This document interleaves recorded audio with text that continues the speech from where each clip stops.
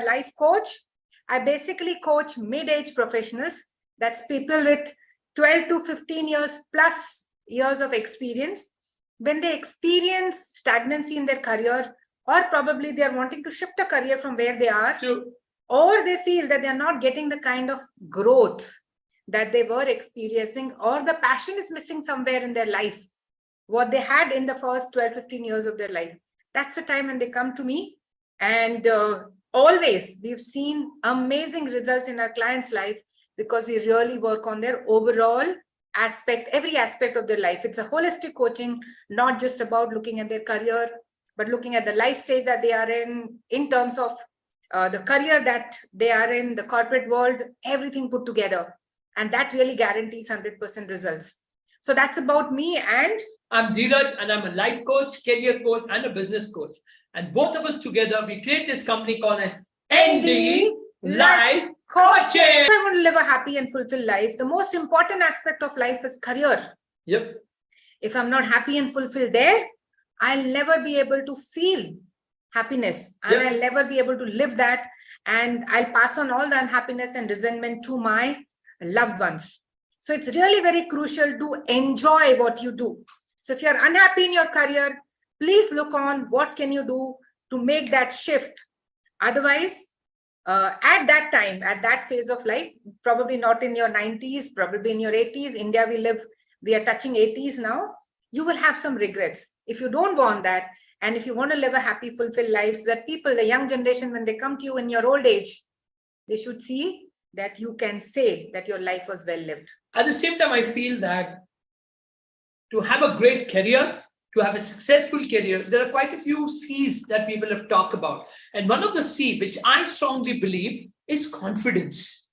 Confidence plays a very crucial role in your growth, in your success. If people believe to me who are watching, please agree or disagree. Please share yes or no. Confidence, I believe, is very, very crucial.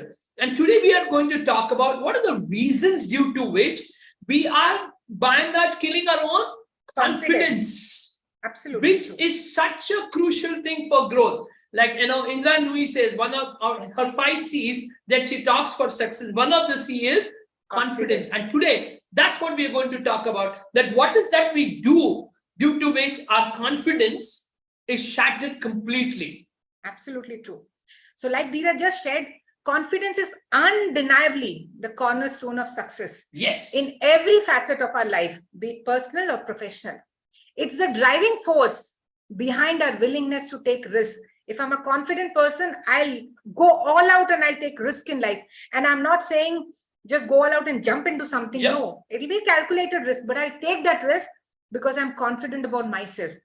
It enhances my ability to achieve all goals. Very true. And it is the key to nurture fulfilling relationships. Absolutely In correct. fact, I truly believe that every one of us, whether it's a personal front or professional front, we always love to be around someone who's confident. Yes. And I would really want to know from each one of you sitting there and listening to us and probably listen to us later, do you wish to have such a confident person in your life, whether it's in your personal front or it's in your profession? However, what is really disheartening to see that there are countless individuals unwittingly undermine their own confidence through the toxic habits that they have developed over time. And that's exactly tonight. We are going to embark on a deep dive into these habits, shedding light on the profound ways that they can erode your self-esteem. We don't know, but unknowingly, we have developed these habits. Like, for example, if I have an unhealthy body, which means I have unhealthy habits. Same way, if I am lacking confidence, is because the habits that I have inculcated, due to which I'm not able to have, rather I'm eroding my own self-esteem. And that is what. So if you have ever grappled with low self-confidence, it's imperative first to recognize these destructive behaviors, habits, and more importantly, to take concrete steps to eliminate them from your life so that you can live a very confident life, go out there and achieve all the success on this earth. So today we are going to talk about the 5 habits that are destroying your confidence. And we all know that confidence leads to happiness, right? Yes. So if you want a happy life, if you want to become successful, then the only way is by living a confident life. Very true. So today, let's try and understand what are these habits. There are many of them, but the top 5 that I chose, which are very common, Yes. is what we're going to talk about. Absolutely. So the habit number 1, which most of us live in, is called as comparison. Absolutely right. It's really an illness that we all live in. Now, where does this begin? Why do you get into the mode of comparison? So we all know that in our childhood, our parents often compared us to our siblings, to our peers. Our teachers do that consistently. Look at him, he does it so well. Look at you, you didn't do this so well. Look at you, you don't learn this, you don't understand this, you don't know this. And by default, that comparison, goes in so deep that when I grow up, I also start doing the same thing. So adults find themselves continuously comparing their progress to that of others. Where have I reached? Where has my peer reached? We both started in the same company at the same time. I didn't reach there. I have reached here. Why? What is the problem? Most of our career counseling sessions that I've interacted with people when they come and meet us and talk to us about their career in the first time, they often express concerns about their peers outperforming them. And outperforming them not in terms of how they've grown, but in terms of their position and their earning. And you know what happens? The self-imposed comparison leads to unhappiness. It leads to stress. And gradually, it somewhere starts leading you to lose your own confidence in yourself. So then, of course, the most important thing. So the first, what she said, this whole comparing thing is rooted in childhood. Number 2, the parents of peer pressure. Okay. And we know that constantly we have that peer pressure going on. And of course, the social media impact. Oh my God. Last 10 years has made the world crazy. This whole advent of social media is amplified the comparison game to an unprecedented level. Oh my God. People are just moving pictures from background and putting into social media and saying, I traveled here, I traveled there. And the husband is and the wife is saying, देखो वो लोग कहाँ घूम के आ रहे हैं, हम घर में ही है. अरे वो भी घर से ही पिक्चर निकाल के डाल रहे हैं. But this has reached to a different level. The constant stream of seemingly perfect lives and carefully filtered photos can trigger feeling of inadequacy. उनके घर में सब कुछ है, देखो पिक्चर दिख रहा है. And we start believing it, that's the truth. Oh my God, how wise we are. I have people posting such amazing poems for their loved ones on their birthday, on their anniversary. Oh my. But if you actually know them, they would be having a pathetic relationship. 20 years they have not been in the same room sleeping. The kids are screaming. But outside, oh wow, what a great couple on social media. Chasing likes and followers is very toxic. Okay. So constantly I want to only see how much habits I have, how many followers I have. Oh, he has so many followers. I don't have followers. What is so great about it? This damages your self-esteem and also affects your relationship. In fact, this time when we were hearing someone, she's touching her 40s. Yeah. Her friend is touching her 40s. They have been friends for last 10 years. But there's a drift that has happened because this person has not liked and responded to the post that she had put on the media, because she believed that that post is going to make a change globally. And just because one person, her friend, didn't respond, that impact was not that big. Very true. So that's what really starts happening, that I liked yours, did you like mine? I liked yours the minute you put in, and you liked mine 2 days later. Which means I'm not important to you. Absolutely. Oh God. So this comparison and this constant pressure has really started impacting people's self-confidence, especially if you're young. Yeah. It's really, really a damaging habit. So now if I have this habit, what do I do? It's really very important. Absolutely How correct. do I overcome this habit? So to combat this comparison habit, it is really very essential to remember one very crucial thing, and which both of us live every single day, believing that everyone's life journey is unique. You know why it's unique? Because we ourselves are unique. It's a very important point to understand that all our life journey is unique. And what happens, when I start believing in that, then there is no reason to look at the other person. So what you need to do, compare yourself with what you were yesterday. Yes. And if you have grown, then pat your back and say, wonderful job done. If you have not, then work on that journey, because that's going to take you ahead. Absolutely. So when you direct your focus inward and start celebrating your own accomplishments, you can embrace a very distinctive path, and you will start to witness that your confidence is soaring. That's exactly what we do with each and every client of ours. Absolutely. That we put them into a zone when we make them believe that you're unique with all your own unique qualities, tendencies, True. Behaviors, patterns, and what you're expecting out of life. So never ever compare yourself to someone else. I have this in my house, that other person has. I bought a house at this age, that other person bought at a younger age. I have this vehicle, this person. This was previously. Today, the economy is booming. We have got into comparison in social media. We've got into comparison in our careers. Let's not do that. Compare from where you are yesterday to what you are today. So second habit, which is dangerous for confidence, is procrastination. Okay. So it's a completely deceptively harmless habit.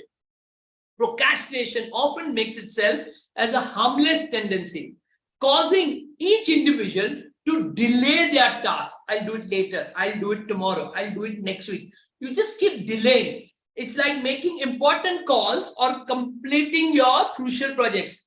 You know this call is important. Like, for example, if you're in sales, you have to call, but you're procrastinating. I call later. I call later. If you have to complete a project, I'll do it later. I'll do it later. And that's how you keep delaying things. Now, these delays leads to unnecessary pressure. Oh my God, it's 28 and I have to deliver on 31st. And now there is a chaos. There is confusion. That deadline, everything is sitting on your head. And this declines very strongly in the quality of your work. The next thing that happens when you're procrastinating unknowingly, what are you doing? You're undermining your self-belief. Yes. Because procrastination actually sends a very detrimental message to your brain. And what is that message? It says you lack the capability to complete tasks effectively. Yep. And this message, by default, leads you to losing confidence in your ability to excel in any area. Oh, I couldn't do it that time. I know I'll not be able to do it this time. So you definitely have to first become aware that do you have the habit of procrastination? And if yes, then it's important to overcome this habit. Absolutely. Now, how to overcome this habit is simple. First, to safeguard your self-worth. It's extremely imperative to overcome procrastination. Begin by setting daily goals and breaking them into manageable, small, bit-sized tasks. Not, like for example, there's a client of mine, I think almost after 16 years, she started working. She's been procrastinating for the last 3-4 years. She's got coach. So she decided, you know what, I'm going to work 8 hours a day. I said, no, you're not going to do that. Let's start with 1 hour a day. She started with 1 hour a day. Now it's been 4 months. She started working 4 hours a day. But if she would have done that 8 hours a day, I knew she would have not done it. Make it small. Devise a very clear-cut plan. So we have a clear-cut plan that we have designed to complete this task and commit to adhering it. Okay, that's very important. Don't forget to allocate time for occasional breaks. Okay, you need to have a break. You can't sit consistently. And to recharge and refocus. The third habit, which most of us are unaware that it's happening, is negative self-talk. Yes. This is a silent confidence killer. We see in the movie, right? A villain working behind the scene, and all of a sudden he appears where none of us would have actually doubted he's a villain. Yes. That's exactly what negative self-talk does to you. It's the biggest villain in your life, taking you away from success, taking you away from happiness, taking you away from fulfillment. Very true. Negative self-talk is silent, but it's a formidable habit that can erode your confidence over time. What does it do? It manifests as thoughts like, I can't do this. I'm not good enough. I have not done this before. How will I be able to do it now? And it prevents you from taking risk or trying new endeavors. Yes. I know so many of them in my life who don't take the risk at the right time and then they regret later. You know, many times when client comes to and say that it's 20 years and I've not got that kind of growth. I'm not here, but my peer has grown. You know why? Because he took the risk at the right time. Very true. You did not. You played it safe. And you played safe only because of that negative self-talk. And then you end up regretting later. And then you want to cover that up in just 1 year. I didn't do it for the last 20 years. I want to do it now. It doesn't work that way. So think back. Become aware of those negative thoughts which are dwelling in your mind. Believe me, success comes to those who can take risk in life. Absolutely. And I would like to share here one of these success stories. 1.5 years back, I thought of writing a book. Yep. Something which I've never done before. I'm not an author. I'm not a great writer. I've never tried my hands on. I just knew because I was writing these posts on LinkedIn somewhere, it encouraged me to write a book. And I chose to take that risk. I chose the right people to take the feedback. I could curb my negative self-talk. And today I'm so happy to say that every single day, I find someone buying my book. Across the world. I find someone reading my book. I find someone coming and reaching out to me and telling my life changed because I could read that. It's such an amazing feeling, which I would have missed if I would have got carried away in my negative self-talk. Absolutely. Now, one of the reasons we do this negative self-talk because we can't handle disappointment. I don't know why we believe that life is always going to be like this. I don't know why we want to live in that myth. Life is a journey of up and down. So if there are going to be up, there are going to be down. If there are going to be pleasure, there's going to be pain. If there's going to be praise, there's going to be censure. If there's going to be victory, there's going to be disappointment. This kind of thinking also makes it challenging to handle disappointment or failure constructively. Okay, failure. We all have been through failure. We have failed a couple of times, but we use that as a stepping stone for where we are today. So often pushing individuals further into that cycle of self-doubt. Okay. Oh, see, I knew I can't make it happen. And then it's reconfirming your self-talk. I knew this is not meant for me. I had told you already, I'm a loser, I'm a failure. And that's what you do again and again and again. So how do you overcome this habit? Negative self-talk can be conquered through awareness and conscious effort. Absolutely correct. Start first by recognizing your negative thoughts and then consciously steer them towards positive affirmations. Yes. Like you steer your vehicle when you see traffic, when you see a pothole. Same way you have to steer your thoughts. For instance, replace I'm not good enough with I'm doing my best, and that's what counts. Absolutely. Like I remember Dheeraj telling me that if this book can help one person through the toxic relationship, that person will, you will be able to change that person's life. And that's worth enough writing that book. And that gave me that confidence. So what is that positive affirmation that you can use to curtail your negative self-talk? I sincerely request, if you have this pattern, recognize it and ensure that after this session, you write 2-3 positive affirmations. Very true. To counterattack this habit. Otherwise, you'll forget it and tomorrow morning will be another day and you'll never go back to curbing this. Absolutely right. You can also say, I'm best and that's what counts. So with patience and practice, gradually, you will see a noticeable improvement in your confidence. Now, remember this, patience and practice. Yes. You'll have to do it consistently. One day it will not happen. Like we all have been doing incantations for the last 10 years. Absolutely. And we've been seeing amazing results. So it's really very, very crucial. It is a must, and the fourth habit we are talking about, we lack of focus and productivity. We all know that we are living an age of distraction. Currently, probably 23 years back, we didn't have that much of distraction. 30 years back, we just had a Doordarshan. That was the only distraction on Saturday or Sunday evening. Today, we are in the age of distraction, especially our digital age, distraction abound, from notification on our phone to pings on messaging app and constant email updates. Lack of focus is a pervasive habit that hampers productivity and can lead to self-doubt regarding one's ability itself to achieve goal. So you need to be so careful. You need to be aware that constantly we are living in the world of distraction. So how do you overcome this habit? Is by, to overcome this confidence killing habit, establish a daily goal and break it down into smaller, more manageable tasks. Create a structured plan for completing these tasks and commit to following it. Now, it's very important when we are doing something consistently for hours, you lose focus. So it's important that you decide, like for me, it is 90 minutes. I need a break. Yep. I step out, I breathe fresh air and I come back. If it is not happened because there are 2 back-to-back sessions, I'll get up after the second session.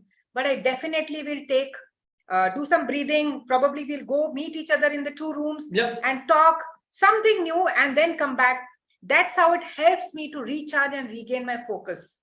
There's also something which you can do regular basis, and that is some kind of meditation regime. Very true. That can help you develop your focus. But believe me, today the most important thing which is missing in people's life is focus. The distractions are so easy.